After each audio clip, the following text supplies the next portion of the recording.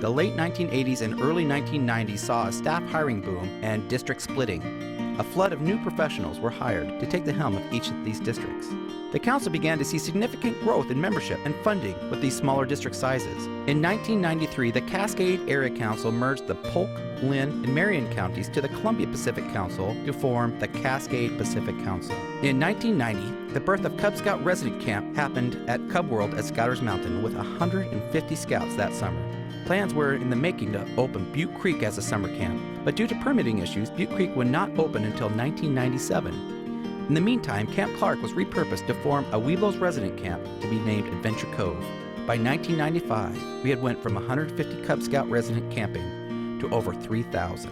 The Motorsports Breakfast began in 1996 and continued to be a revenue source until 2007. And a Technology Awards event was also created as a new funding source to address the loss of funding from the United Way.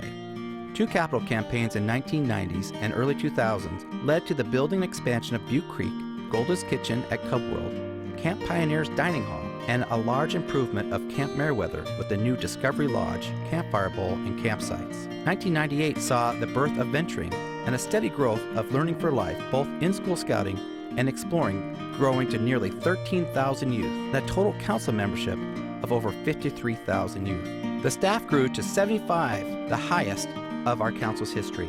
In 1996, Larry Otto became the 7th Scout Executive. In 2000 and 2001, we held Scout Rages, and over 15,000 campers attended each of these council-wide jamborees. With a controversial court case and the effects of 9/11 on the nation, the new century began a period of decline of scouting, not only in our council, but the country.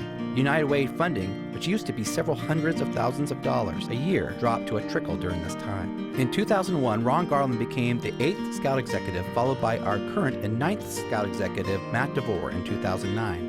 The Sporting Clays Shootout began in 2003 and has grown to the leading revenue-producing event in the council. Chief Obie Lodge was closed and eventually sold, along with plans to sell Scouters Mountain.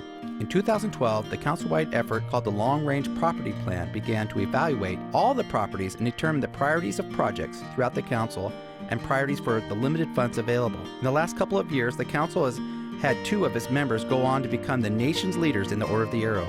Nick Dannemiller, National Chief in 2014, and now Tyler Imberg as National Vice Chief in 2016. The Cascade Pacific Council is one of the most active OA lodges in the country, taking on significant capital projects each year, including the building of a new campfire bowl at Camp Baldwin, and taking the 2nd largest contingent in the country of 187 members to the 2015 Centennial National OA Conference. Our history is full of starts, stops, redos, growth, decline, and new ideas.